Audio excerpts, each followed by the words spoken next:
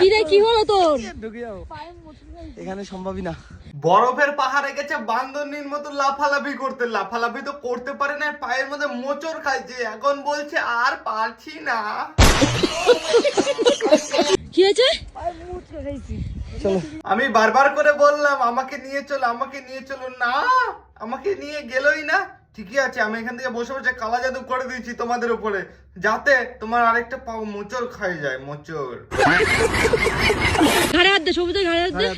হ্যাঁ, তো দেখো এত মজা, এত মজা। চেপে দাও হাত, আস্তে আস্তে। আচ্ছা শালা, সবকিছু আমি বুঝতে পারলাম, কিন্তু এসআরকে শঙ্করের গলায় একটা সোনার মালা ঝুলছে। বলছি ভাই, এটা কি ক্যামেরাতে দেখানোর জন্য ঝুলাচ্ছ দাদা? আরে ভিতরে তো রাখতে পারো, আর ঠান্ডার মধ্যে মানুষ হাত পা ঢুকায় রাখছে, আর সোনার মালাটা দেখা যাচ্ছে। বলছি ওটা কি সোশ্যাল মিডিয়াতে সবাইকে দেখানোর জন্য পড়ছো, যে তুমি বরফের পাহাড়ে যায়, একদম সাদা ধবধবা পাহাড়ে যায় একটা গোল্ডেন কালারের মালা ঝুলছে, ব্যাপারটা বেশ আলাদাই।